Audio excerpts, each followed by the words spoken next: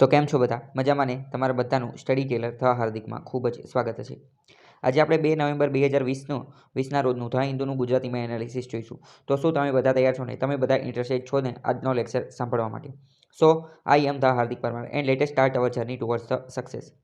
સૌથી પહેલો આર્ટિકલ જોઈએ તો પોલિટી એન્ડ ગવર્નન્સ સાથે છે, આસામની સાથે સંબંધિત છે। આસામની અંદર ઇલેક્શન આવવાના છે, તો ઇલેક્શન માટે यहाँ इलेक्शनना प्रभावमां आवी अने त्यानी पॉलिटिकल पार्टी एटले के राजनीतिक पार्टीओ द्वारा जे मेडिकल सीट जे छे एमां 3 ग्रुपने आसामनी अंदर जे 3 प्रजाति 3 कम्युनिटीना 3 ग्रुप जे छे एने रिजर्वेशन आपी दीधेलुं छे एटले के आरक्षण अनामत आपी दीधेलुं छे मेडिकलनी अंदर।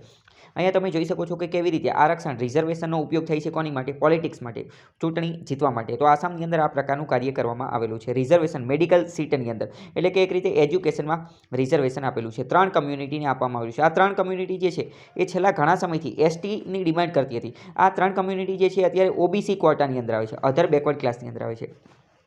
घणा लांबा समयथी आ त्रणेय कम्युनिटीनुं एवुं कहेवानुं थतुं हतुं के अमने पण एसटी कम्युनिटीनो दरजो आपो, अमने एसटीनी अंदर एड करी दो, परंतु ए करवामां नथी आवती अने हवे अत्यारे एमने मेडिकलनी अंदर रिजर्वेशन आपेलुं 17 जेटली सीट एमनी माटे रिजर्व राखवामां आवशे। अने आ कई प्रजाति छे ए तमने खबर होवी जोईए। 3 कम्युनिटी छे, कोच राजबोंगसी, अहोम अने चूतिया। आ 3 कम्युनिटी छे, बराबर। अत्यार सुधी ए ओबीसीनी अंदर हती अने हवे आ एसटीनी अंतर्गत एसटी तो हजी आपवामां नथी आवेलुं, खाली रिजर्वेशन आपवामां आवेलुं छे। आ घणा लांबा समयथी ट्राइबल स्टेटस एसटीनुं मांगणी करी रही हती के अमने एसटीनो दरजो आपो। अत्यारे कई छे? अत्यारे ओबीसी छे। बात करिए तो आसामनी 25% करता आ जे प्रजाति जे छे 3 प्रजाति जेने आपवामां आवेलुं ए आसामनी 25% करता वधारे जनता छे, एटले के एक रीते 25% वोटर्सने लुभाववानी कोशिश करवामां आवी छे। Morans, Mataks and tea tribes the other 3 demanding the status. આસામની અંદર ટોટલ 6 કમ્યુનિટી એવી છે કે જે એવું કહે છે કે અમને એસટીનો દરજ્જો આપો। ટોટલ કેટલી? 6 કમ્યુનિટી છે, બરાબર। એ ખબર હોવી જોઈએ ટોટલ કેટલી 6 કમ્યુનિટી એવી છે જે એમ કહે છે જે એસટીની માંગણી કરી રહી છે, ડિમાન્ડ કરી રહી છે। એમાંથી અત્યારે 3ને મેડિકલ સીટની અંદર રિઝર્વેશન આપવામાં આવેલું, બીજા 3ને કંઈ કરેલું નથી। તો એ 6 એ 6ના પહેલાં તો તમને નામ ખબર હોવી જોઈએ। 3 તો અહીંયા જોઈ લીધા, કોચ, અહોમને, ચૂતિયાને એ। અને હવે બીજા 3 કયા છે? તો કે મોરાન્કા, મટાકાસ અને ટી ટ્રાઇબ્સ। મોરાન, મટાકાસ અને ટી ટ્રાઇબ્સ। ટી ટ્રાઇબ જે છે એ આદિવાસી તરીકે પણ ઓળખાય છે, તો એ તમને ખબર હોવી જોઈએ। ટી ટ્રાઇબનો ઇતિહાસ પણ જાણીશું। આસામની અંદર ટ્રાઇબલ સ્ટેટસ જાણીએ તો 2016ના અંતર્ગત કેન્દ્ર સરકાર દ્વારા એક કમિટી બનાવવામાં આવેલી હતી અને તે કોની માટે? તો કે આ 6 કમ્યુનિટીને એસટીનું ટેગ આપવું કે ન આપવું એની માટે કમિટી બનાવવામાં। આ જે કમિટી હતી એ સ્પેશિયલ સેક્રેટરીની અધ્યક્ષતામાં ઇન્ટરનલ સિક્યુરિટીના જે સ્પેશિયલ સેક્રેટરી કે જે હોમ અફેર્સ અંતર્ગત કાર્ય કરતા હતા જેનું નામ હતું મહેશ કુમાર સિંગલા, એના આધારે બનાવવામાં આવેલી હતી। એને સિંગલા કમિટી પણ કહે છે। પ્રશ્ન પૂછે છે સિંગલા કમિટી તો આસામની અંદર જે 6 કમ્યુનિટીને એસટીનું ટેગ આપવાનું હતું એની માટે રિસર્ચ કરવા માટે। હવે પહેલો વીચ વર્તક આ 6 કમ્યુનિટી કઈ છે એ તમને ખબર હોવી જોઈએ। એક તો અહોમ, એક તો આ કોચ રાજબંશી, એક મોરાન, એક મટક, એક ચૂતિયા, એક આદિવાસી। અને આ આદિવાસી જે છે એને તે ટી ટ્રાઇબ તરીકે ઓળખવામાં આવે છે। પ્રશ્ન પૂછાઈ જાય કે આદિવાસી લોકો જે છે એ અસમની અંદર કોના તરીકે ઓળખાય છે? તો ટી ટ્રાઇબ તરીકે ઓળખાય છે। અત્યારે આ ઓબીસી અથવા એમઓબીસીની અંતર્ગત છે। હવે આ બધી જે જાતિ જે છે 6 છે એના વિશે એક એક કરી અને જાણીએ। અહોમ જે છે એ અહોમ આસામની અંદર એક મહત્વની પ્રજાતિ છે। કેમ? કારણ કે તમને ખ્યાલ હશે આસામની અંદર પહેલાં અહોમ રાજાઓનું જ કિંગડમ હતું, અહોમ કિંગડમ હતું। આસામ ઉપર અહોમ પ્રજાતિઓએ ઘણું બધું રાજ કરેલું હતું અને આસામની અંદર જેટલી પણ કમ્યુનિટી, જેટલી પણ રેસ છે, જેટલી પણ પ્રજાતિ જે છે એ બધાને કોન્સોલિડેશન, એકત્રીકરણ કરવાનું કાર્ય એ આ અહોમ રાજાઓએ જ કરેલું હતું, અહોમ પ્રજાતિએ કરેલું હતું। એ થાઈ રેસથી બિલોંગ કરે છે, તાઈ રેસથી, બરાબર, તાઈ રેસથી બિલોંગ કરે છે અને 600 વર્ષ જેટલું એમણે આસામ ઉપર રાજ કરેલું હતું, 1228થી 1826। Played major role in uniting, બધા મેં તમને કીધું એને મહત્વનું કાર્ય કરે। હવે મોરાન અને મટકા વિશે વાત કરીએ તો મોરાન અને મટકા જે છે એમના મૂળ આપણને ક્યાં જોવા મળે છે? તો એમના મૂળ જે છે એ બર્માની અંદર, મ્યાનમારની અંદર જોવા મળે છે। મ્યાનમારની અંદર એક વિસ્તાર છે કયો? હુકોંગ વેલી, હુકોંગ વેલીની અંદર એના મૂળ જોવા મળે છે અને એ એટલે કે બર્મા નહીં, હુકોંગ વેલીમાંથી માઇગ્રેટ થઈને સ્થળાંતર થઈ અને આસામમાં આવેલા છે, પરંતુ એમનું સ્થળાંતર જે છે એ અહોમ લોકો કરતાં પહેલાં થયેલું છે, તો એ ખબર હોય ગયું। હવે જો આમાં ઘણા બધા પ્રશ્નો વિધાનવાળા પૂછાઈ શકે। આગળ વાત કરીએ તો કોચ રાજબંશીસ જે છે એમને પણ પોતાનું કિંગડમ, પોતાનું સામ્રાજ્ય હતું અને એમનું સામ્રાજ્ય જે છે એ આસામની અંદર હતું કે જે અત્યારનું નોર્થ બેંગાલ એટલે કે ઉત્તર બંગાળ જે અત્યારે છે ત્યાં એમનું સામ્રાજ્ય હતું। પહેલાં બંગાળને આસામને આ બધાનો ભાગ એક જ હતો। પછી કૂચ બેચરની વાત કરીએ તો કૂચ બેચર નામનું જે કિંગડમ, આપણે કૂચ રાજબંશી અને કૂચ બેચર એ જે છે કૂચ બેહર એ કિંગડમે ભારતમાં સમાવેશ ક્યારે થયેલો હતો? તો ઓગસ્ટ 28, 1949માં એમને ભારત સાથે ઇન્સ્ટ્રુમેન્ટ ઓફ એક્સેશન સાઇન કરેલું હતું અને એ ભારતમાં મળી ગયેલું હતું. આગળ વાત કરીએ ચૂતિયા કમ્યુનિટી વિશે, તો એ આ 6 કમ્યુનિટીમાંથી સૌથી ઓલ્ડેસ્ટ એટલે કે સૌથી જૂનામાં જૂની કમ્યુનિટી એ છે. તિબેટો બર્મન રેસથી બિલોંગ કરે છે અને એમનું પણ પોતાનું ખુદનું કિંગડમ હતું. 400 વર્ષથી વધારે એમને રાજ કરેલું હતું. હવે આદિવાસી કમ્યુનિટી વિશે વાત કરીએ કે જે ટી ટ્રાઇબ તરીકે પણ ઓળખવાય છે. આ આદિવાસી અને ટી ટ્રાઇબ જે છે એને અસમની અંદર લાવવાનું કાર્ય બ્રિટિશરો અંગ્રેજોએ કરેલું હતું. અંગ્રેજો માટે ચાની ખેતી જે છે એ ખૂબ મહત્વની હતી. કોની? ચાની ખેતી. એટલે કે ચાના garden, T gardens, T plantation, ચાની ખેતી કરવા માટે એ અમુક જગ્યાએથી મજૂરો, પ્લાન્ટર્સ, લેબર્સ ત્યાં લઈ જતા હતા. તો આ એ લોકો ત્યાં લઈ ગયેલા હતા. કોણ? અંગ્રેજો. આની અંદર 96 જેટલા સબ ગ્રુપ આવે છે અને લાર્જલી છોટા નાગપુર રિજિયનમાંથી એમને લઈ ગયેલા હતા. છોટા નાગપુર લોકોને અહીંયા આ ચાની ખેતી કરવા લઈ ગયેલા હતા. બ્રિટિશર લોકો લઈ ગયેલા હતા પોતાના ફાયદા માટે. 19મી સદીની આજુબાજુ. ધીસ પીપલ્સ ઓલરેડી, હવે આ જે લોકો જે છે એને એસટી સ્ટેટસ છે જ તે આસામની. હવે જો આજે આ જે પ્રજાતિ જે છે એને એસટીનું સ્ટેટસ મળેલું છે, પરંતુ કઈ જગ્યાએ એ એમનું ઓરિજિન, એમનું મૂળ જે રાજ્યમાંથી એ આવે છે એ રાજ્યની અંદર એમને એસટીનું સ્ટેટસ મળેલું છે. આસામની અંદર મળેલું નથી. બરાબર? આસામ રાજ્યની અંદર એમને એસટી નથી મળેલું. એમને મૂળ જ્યાંના છે ત્યાં એમને એસટીનું મળેલું છે. આસામની અંદર વાત કરીએ તો આ બધી પ્રજાતિ જે છે એને ટી ગાર્ડન લેબરર્સ અથવા ટી ગાર્ડન ટ્રાઇબ્સ અથવા x tea garden labourers and x tea garden tribes આ બધા નામ તરીકે ઓળખવામાં આવે છે. ટી ગાર્ડનર્સ અથવા ટી લેબરર્સ તરીકે ઓળખવામાં આવે છે.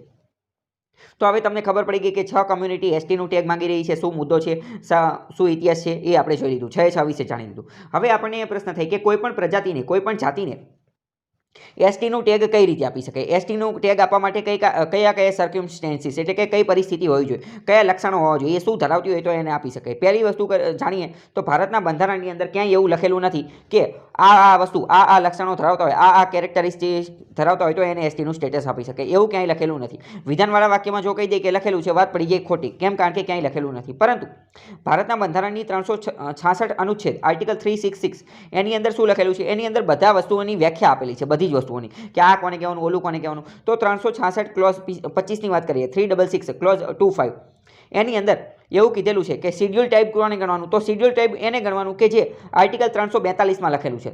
342 નંબરની કલમમાં જે વ્યાખ્યા આપેલી છે એને શિડ્યુલ ટાઈપ ગણવાનું. પ્રશ્ન પૂછે છે 366માં શું આપેલું છે? તો બધી જ વસ્તુની વ્યાખ્યા આપેલી છે. 366 ક્લોઝ 25માં શું કીધેલું છે? તો કે અનુસૂચિત જનજાતિ એટલે કે શિડ્યુલ ટાઈપની વ્યાખ્યા આપવાની છે. શું વ્યાખ્યા લખેલી છે? એવી વ્યાખ્યા લખેલી છે કે 342માં જે વ્યાખ્યા આપેલી એને એસટી ગણવાના, એને શિડ્યુલ ટાઈપ ગણવાના. તો 342માં શું વ્યાખ્યા લખેલી છે? તો આર્ટિકલ 342માં કંઈક એવું લખેલું છે કે ઇમ્પાવર્સ ધ પ્રેસિડેન્ટ. 342માં એવું લખેલું છે કે પ્રેસિડેન્ટ ને જો સારું લાગશે તો એ કોઈ પણ પ્રકારની કોઈ પ્રજાતિને એસટીની અંદર દાખલ કરી શકશે. એટલે કે શિડ્યુલ ટાઈપ અનુસૂચિત જનજાતિને દરજ્જો આપવાનું કાર્ય કોણ કરશે? એ કાર્ય કરશે પ્રેસિડેન્ટ એટલે કે રાષ્ટ્રપતિ. પરંતુ રાષ્ટ્રપતિ પોતાની ઈચ્છાથી એ કાર્ય નહીં કરી નાખે. રાષ્ટ્રપતિને આની માટેની સલાહ આપશે. કોણ સલાહ આપશે? તો ગવર્નર એની માટેની સલાહ આપશે. જે તે રાજ્યના ગવર્નર રાષ્ટ્રપતિ સાથે કન્સલ્ટેશન, ચર્ચા વિચારણા, વિચાર વિમર્શ કર્યા પછી કોઈ પણ પ્રજાતિને એસટીના ટેગની અંદર મૂકી શકશે. બરાબર? આવું લખેલું છે. બાકી એની કોઈ સ્પેશિયલ વ્યાખ્યા, એના કોઈ લક્ષણો, કેરેક્ટરિસ્ટિક્સ ક્યાંય બંધારણમાં લખેલી નથી. પરંતુ આપણે યુનિયન મિનિસ્ટ્રી ઓફ ટ્રાઇબલ અફેરની મિનિસ્ટ્રીની વેબસાઇટ જોઈએ તો અહીંયા આપણને ખબર પડે છે કે એમને અમુક લક્ષણો આપેલા છે. કયા કે indication of primitive traits. Primitive એટલે કે પૂર્વ જાતિ, પૂર્વ પ્રકારના લક્ષણો ધરાવતા હોય. આદિ માનવ, આદિ જાતિના લક્ષણો ધરાવતા હોય. ડિસ્ટિંક્ટિવ કલ્ચર એટલે કે અલગ જ પ્રકારની સંસ્કૃતિ, અલગ જ પ્રકારની બધી વસ્તુ હોય. જિયોગ્રાફિકલ આઇસોલેશન, ભૌગોલિક રીતે એકલતા અનુભવતા હોય. દુનિયાની રીત જાતથી અલગ રહેતા હોય. સિટી ગામથી અલગ રહેતા હોય. જંગલની અંદર રહેતા હોય. સાઇનેસ ઓફ કોન્ટેક્ટ, શરમાળ પ્રકારનું વ્યક્તિત્વ ધરાવતો હોય. કમ્યુનિટી એટ બેકવર્ડનેસ, ખૂબ જ પછાતપણું જોવા મળતું હોય. આવી બધી વસ્તુ જો જોવા મળતી હોય તો એને એસટીનું ટેગ, એસટીનું સ્ટેટસ આપી શકાય છે. તો આપણે એ પણ જોઈ લીધું. રાષ્ટ્રપતિ આપે છે ગવર્નર સાથે કન્સલ્ટેશન કરીને. બંધારણમાં કંઈ લખેલું નથી, પરંતુ ટ્રાઇબલ અફેરની મિનિસ્ટ્રી આવા કંઈક અમુક લક્ષણો આપેલા છે. બીજી વાત કરીએ તો આની પહેલાં 1955ની અંદર એડવાઇઝરી કમિટી બનાવવામાં આવેલી હતી કાલેલકરની સમિતિ, કાલેલકરની અધ્યક્ષતામાં. પછી revision of SC ST list, Lokur committee બનાવવામાં આવેલી હતી 1965ની અંદર. પછી જોઈન્ટ કમિટી ઓફ પાર્લામેન્ટ બનાવવામાં આવેલી હતી. Schedule cast and schedule tribe, આ ઘણી બધી ચંદા કમિટી, આ ઘણી બધી કમિટી બનાવવામાં આવેલી હતી. એ બધામાં આ એસટી વિશે વાત કરવામાં આવેલી હતી. પ્રશ્ન ડાયરેક્ટ પૂછે છે કાલેલકર કમિટી, લોકુર કમિટી, આ ચંદા કમિટી કોની સાથે સંબંધિત છે? તો રિઝર્વેશન અને એસટી ટેગ સાથે સંબંધિત છે. આગળ વાત કરીએ આસામની અંદર અત્યારે એસટીની અંદર કોનો સમાવેશ થાય છે? તો પહેલાં તો આસામની અંદર જે છે એ બે પ્રકારની વસ્તુ છે. આસામ જે છે ત્યાં એસટીનું લિસ્ટ બે પ્રકાર વિભાજિત કરી શકાય. પહેલું હિલ ડિસ્ટ્રિક્ટ એટલે કે પહાડોવાળા જિલ્લા અને બીજું કે પ્લેન ડિસ્ટ્રિક્ટ એટલે કે મેદાનવાળા જિલ્લા, બરાબર. એક જગ્યાએ પહાડ છે એવું અને એક જગ્યાએ જમીન છે એવું. તો પહાડવાળાની અંદર વાત કરીએ તો કરબી, એનેલોગ અને દીમા હસાવ આ ત્રણને એસટીનું ટેગ આપેલું છે.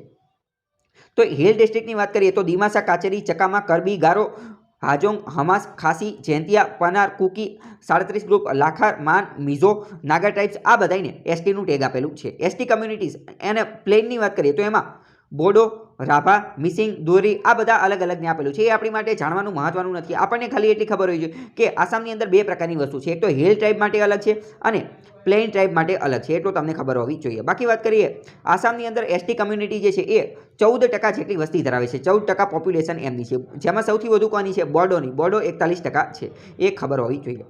હવે બીજું વાત કરીએ કે આ જે 6 કમ્યુનિટી જે આપણે પહેલાં વાત કરી ગયા એ 6 કમ્યુનિટી એસટીનું ટેગ શા માટે માંગે છે? એ શા માટે માંગે છે એ આપણી માટે મહત્વનું નથી. પરંતુ જે અત્યારે જે ઓલરેડી એસટીમાં છે એ આ 6 જાતિ એસટી માંગે છે એનો વિરોધ કરી રહ્યા છે. તો આ વિરોધ શા માટે કરી રહ્યા છે? તો એનું કારણ એ છે કે અત્યારે જે એસટીનું ટેગ ભોગવે છે, અત્યારે જેને એસટીનું સ્ટેટસ આપેલું છે એ એકદમ બેકવર્ડ છે, એ ખૂબ જ પછાત છે. અને આ જે 6 માંગે છે, 6 નવી જાતિ એસટીનું ટેગ માંગે છે એ આ લોકો કરતાં થોડા આગળ છે, થોડા એડવાન્સ છે, એની જેટલા પછાત જ છે નહીં. તો આજે અત્યારે ઓલરેડી એસટીમાં છે જે પછાત લોકો જે છે એને એવું લાગે છે કે જો આ 6 નવી જાતિને પણ એસટીનું ટેગ આપવામાં આવશે તો આમને જેટલો લાભ મળે છે એટલો મળશે નહીં. કારણ કે આ જે 6 જે છે, 6 જે નવી માંગી રહી છે એ ઇકોનોમિક દ્રષ્ટિએ, આર્થિક દ્રષ્ટિએ, સોશિયલી દ્રષ્ટિએ, સામાજિક દ્રષ્ટિએ અત્યારની જે છે એની કરતાં થોડી એડવાન્સ છે, થોડી આગળ છે, નાણાકીય દ્રષ્ટિએ, બધી દ્રષ્ટિએ થોડી આગળ છે. તો કદાચ એજ્યુકેશનની અંદર અને એની અંદર આમની અત્યારે જે છે એ એમને એટલો બધો લાભ મળશે નહીં. તો એવો કંઈક પ્રશ્ન છે. બીજો આર્ટિકલ જોઈએ તો ફરીથી આસામ અને મિઝોરમ વચ્ચે બોર્ડર એટલે કે સરહદ બાબતે લોચા થઈ ગયેલા છે અને એનું સ્ટેન્ડ ઓફ હજી સુધી કન્ટિન્યુ ચાલે છે, હજી ચાલુ જે છે. આસામ અને આપણે ઘણી બધી વાર વાત થયેલી છે કે ભાઈ આસામ જે છે એ પહેલાં એક જ મોટું રાજ્ય હતું, બરાબર. પછી ધીમે ધીમે એમાંથી અલગ અલગ રાજ્ય બનતા ગયા. નાગાલેન્ડને આ બધા અરુણાચલને અલગ અલગ બધા રાજ્ય બનતા ગયા, બરાબર. અને આસામ જે છે ત્યાં અંગ્રેજોએ પણ ટી પ્લાન્ટર્સ એટલે કે ચાના ઉદ્યોગ માટે બધાને આ લઈ ગયા હતા અને એ બધી વસ્તુ છે. અત્યારે વાંધો શું છે કે ઓક્યુપાઈંગ પાર્ટ્સ ઓફ આસામ, આસામનો અમુક ભાગ જે છે એ મિઝોરમે બૂચ મારી દીધો છે, ઓક્યુપાઈ કરેલો છે. હકીકતમાં તો એવું છે કે મિઝોરમવાળા એમ કહે છે કે આ અમારો ભાગ છે, આસામવાળા કહે છે કે અમારો ભાગ છે. બંનેની વચ્ચે સરહદને લઈને ઘણા લાંબા સમયથી લોચા ચાલે છે. આપણે ભૂતકાળમાં વાત કરેલી છે તો અત્યારે ટાઈમ પાસ નહીં કરીએ. બીજો આર્ટિકલ જોઈએ તો આઈઆરનો ટોપિક છે આંતરરાષ્ટ્રીય સંબંધોનો. તમને ખ્યાલ હશે કે ગિલગિટ બાલ્તિસ્તાન ઘણા સમયથી ચર્ચામાં રહેલું છે. ગિલગિટ બાલ્તિસ્તાન શું છે? તો એ એક રીતે તો ભારતનો ભાગ છે. ભારતનો ભાગ. ભારત એને શું કહે છે? PoK, Pakistan occupied Kashmir. જ્યારે પાકિસ્તાન એને શું કહે છે? પાકિસ્તાન એને ગિલગિટ બાલ્તિસ્તાન કહે છે. તો ભારત દ્વારા આજે ભારતનું જે હવામાન ખાતું જે છે એણે આ ગિલગિટ બાલ્તિસ્તાનને પોતાના અંતર્ગત લાવી દીધેલું હતું કે હવે ભારત ગિલગિટ બાલ્તિસ્તાનની પણ હવામાનની આગાહી કરશે. જ્યારે પાકિસ્તાને એવું કીધું કે અમે અહીંયા આ ગિલગિટ બાલ્તિસ્તાન પાકિસ્તાનનો ભાગ છે, અહીંયા અમે ઇલેક્શન ચૂંટણી કરાવશું અને ગિલગિટ બાલ્તિસ્તાનને 5મા નંબરનો પ્રોવિન્સ પણ ઘોષિત કરવાની વાત કરેલી. તો એટલા કારણે આ ચર્ચામાં છે. જો પાકિસ્તાને કીધું કે અહીંયા ઇલેક્શન ચૂંટણી કરવામાં આવશે, લેજિસ્લેટિવ એસેમ્બલી વિધાનસભાના આ ગિલગિટ બાલ્તિસ્તાનની અંદર આ મહિનાએ આ બધું કરવામાં આવશે. ગિલગિટ બાલ્તિસ્તાનનો વિવાદ ઘણો જૂનો છે અને એવું કીધેલું છે કે એને ફૂલ ફ્લેજ પ્રોવિન્સ એટલે કે એક પ્રોવિન્સનો દરજ્જો પણ આપવામાં આવશે.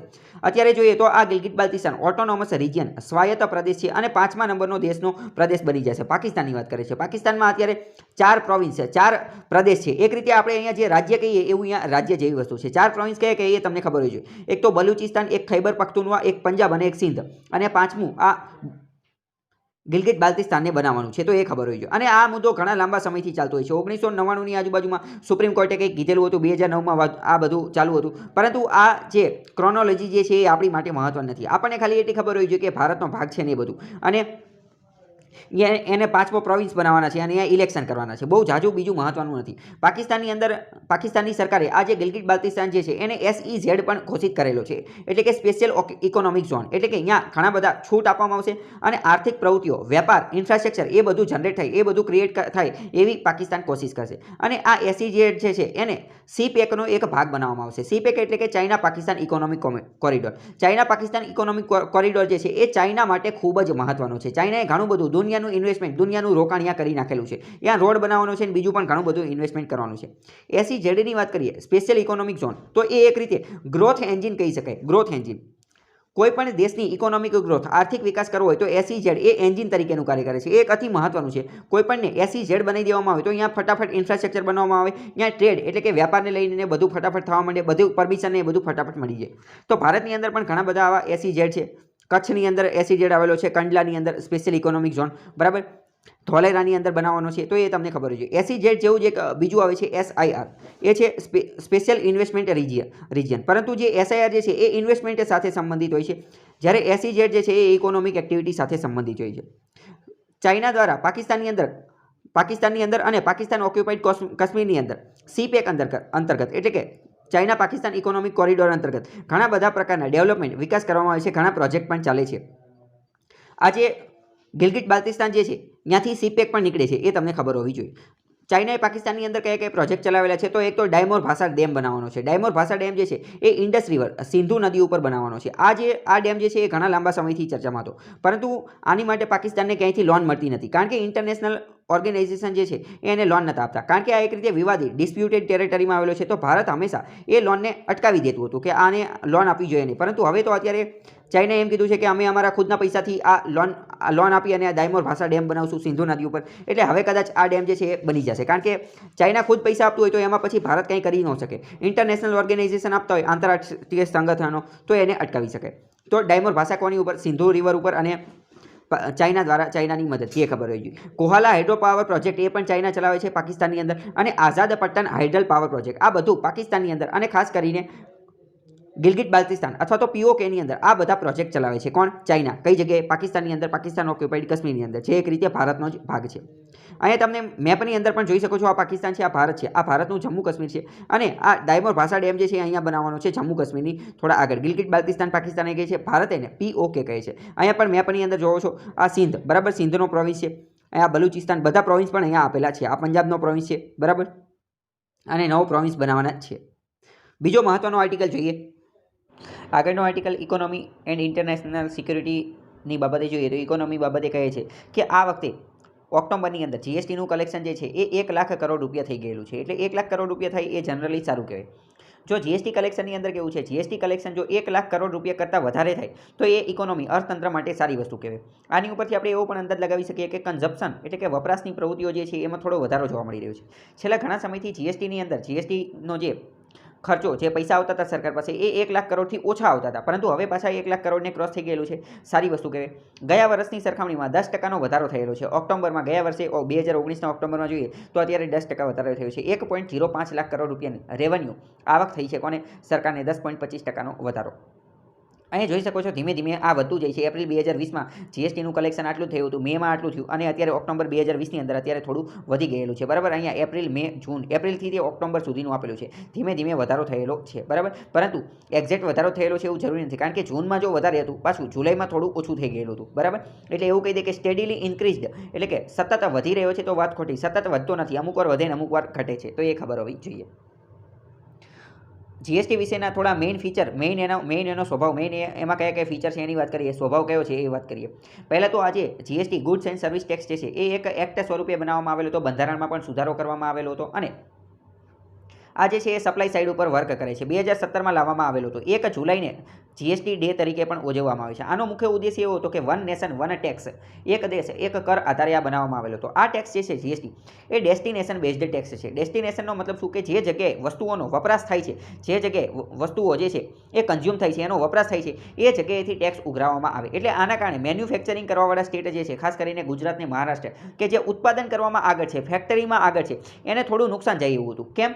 કારણ કે ડેસ્ટિનેશન બેઝડ ટેક્સનો મતલબ શું? માની લો કે ગુજરાતની અંદર કોઈ વસ્તુ બને છે, તો એ ટેક્સ જે છે એ ગુજરાતને નહીં મળે, પરંતુ ટેક્સ કોને મળશે? જે જગ્યાએ એ વસ્તુનો વપરાશ થઈ રહ્યો છે. માની લો કે ગુજરાતથી વસ્તુ બની અને ગુજરાતમાં તે વસ્તુ વપરાઈ જાય છે, તો ગુજરાતને ટેક્સ બનશે. પરંતુ ગુજરાતથી માની લો કે એ વસ્તુ બની ગઈ, પછી ગુજરાતથી પહોંચી મહારાષ્ટ્ર, બરાબર, અને મહારાષ્ટ્રમાં જો એનો વપરાશ થશે તો મહારાષ્ટ્રવાળાને એનો ટેક્સ મળશે. પરંતુ માની લો કે મહારાષ્ટ્રથી પણ એ વસ્તુ જે છે એ વસ્તુ મહારાષ્ટ્રથી પણ આગળ ક્યાં પહોંચી ગઈ? હૈદરાબાદની અંદર, અથવા તો આંધ્રપ્રદેશની અંદર, અથવા તેલંગાણાની અંદર, તો એ તેલંગાણાને, હૈદરાબાદને એ ટેક્સ મળશે. બરાબર. જોકે ઉઘરાવાનું કાર્ય તો આ સ્ટેટ ગવર્મેન્ટ અથવા તો સેન્ટ્રલ ગવર્મેન્ટ, કેન્દ્ર સરકાર અને રાજ્ય સરકાર કરે છે. પરંતુ આ તમારે એટલું યાદ રાખવાનું કે ડેસ્ટિનેશન, જે જગ્યાએ એ અંત પામે છે, જે જગ્યાએ એનો વપરાશ થાય છે, એને આ ટેક્સ મળે છે. ડેસ્ટિનેશન બેઝડ છે. ડ્યુઅલ ટેક્સ, આની અંતર્ગત કેવું હોય તો કે રાજ્ય સરકાર અને કેન્દ્ર સરકાર બંને ટેક્સ લગાવે છે. એની માટે તમે આ સમજો, CGST central goods and services tax, જે કેન્દ્ર દ્વારા લગાવવામાં આવે છે. SGST એટલે કે જે રાજ્ય દ્વારા લગાવવામાં આવે છે. જો રાજ્યની અંદર કોઈ વસ્તુ વેચાતી હોય તો એનો ટેક્સ રાજ્ય લગાવે છે.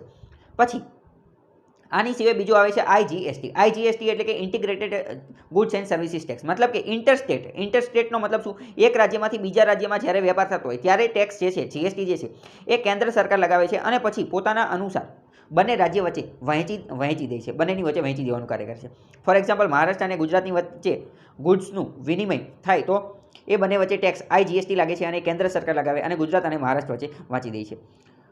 મ્યુચ્યુઅલી ડિસાઇડેડ જીએસટીના રેટ જે છે એ જીએસટી કાઉન્સિલ દ્વારા નક્કી કરવામાં આવે છે અને જીએસટી કાઉન્સિલની અંદર રાજ્યનું પણ પ્રતિનિધિત્વ હોય છે, બધાનું પ્રતિનિધિત્વ હોય છે, યુનિયન ટેરેટરીનું પણ પ્રતિનિધિત્વ છે. અને બીજું કે આની અંદર આનું કોરમ કેટલું છે જીએસટી કાઉન્સિલનું? તો 50% કોરમ છે. એટલે કે 50% કરતાં વધારે સભ્ય હાજર હોય તો જ તે એની મિટિંગ શરૂ કરી શકાય, બાકી કરી શકાય નહીં. જીએસટી કાઉન્સિલ પણ એક રીતે મહત્વની સંસ્થા છે. એ પહેલી વાત કરીએ તો એને ઘણા બધા પાવર, ઘણી બધી સત્તા આપવામાં આવી છે, કારણ કે એ એક બંધારણીય કોન્સ્ટિટ્યુશનલ બોડી છે. આર્ટિકલ 279A માં આવેલી છે.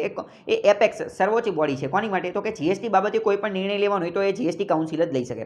અને જીએસટી કાઉન્સિલની અંદર રાજ્યનું પ્રતિનિધિત્વ વધારે છે, રાજ્યને થોડો વધારે પાવર આપવામાં આવેલો છે. રાજ્યની પરવાનગી વગર આની અંદર કોઈ એટલો બધો મોટો સુધારો થઈ શકે નહીં. તો જીએસટી કાઉન્સિલનું આ જે કોરમ જે છે એ કેટલું છે? 50% જેટલું છે.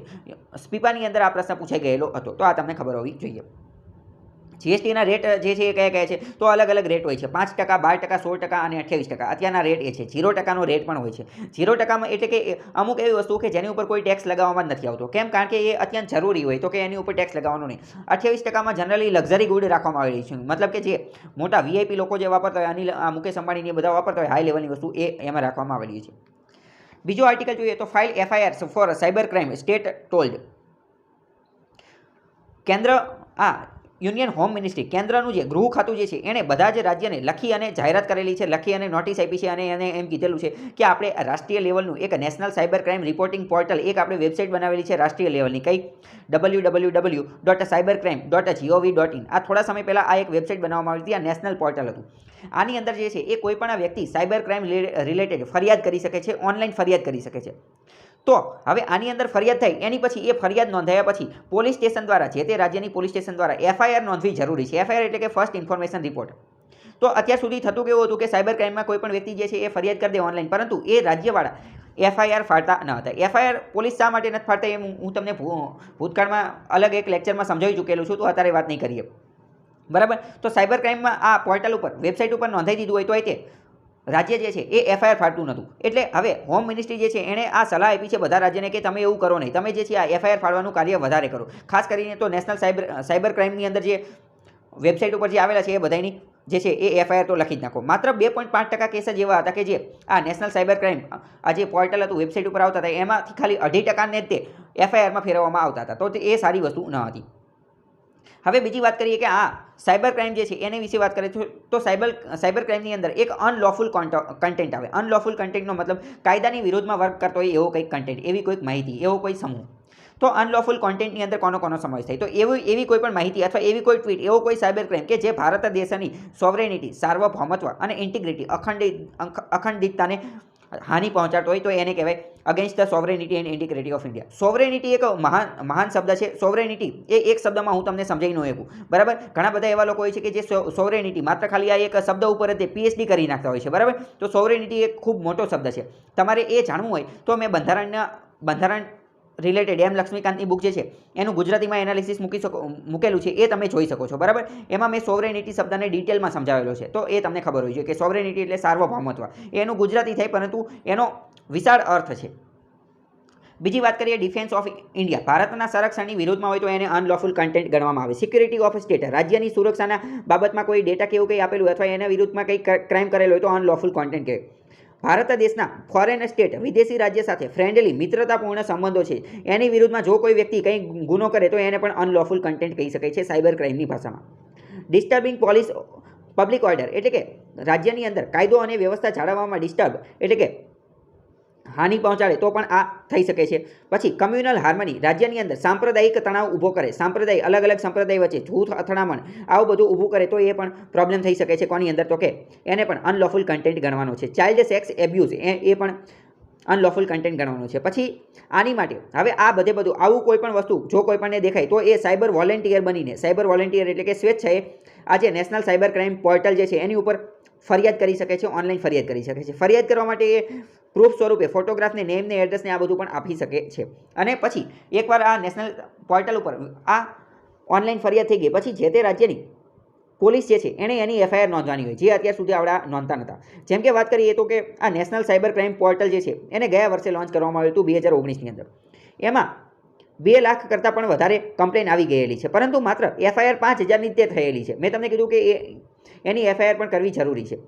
ટ્રેકિંગ, હવે વાત કરીએ કે ભારતે સાયબર ક્રાઇમને ટેકલ કરવા માટે, એનો સામનો કરવા માટે શું કંઈ કરેલું છે કે એમને એમ જ બેઠા છે, તો અત્યાર સુધી ભારત સરકારે કયા કયા કાર્ય કરેલા છે એ જોઈએ. લેટેસ્ટમાં વાત કરીએ તો જાન્યુઆરી 2020ની અંદર ભારત સરકાર દ્વારા I4C શરૂ કરવામાં આવેલું હતું.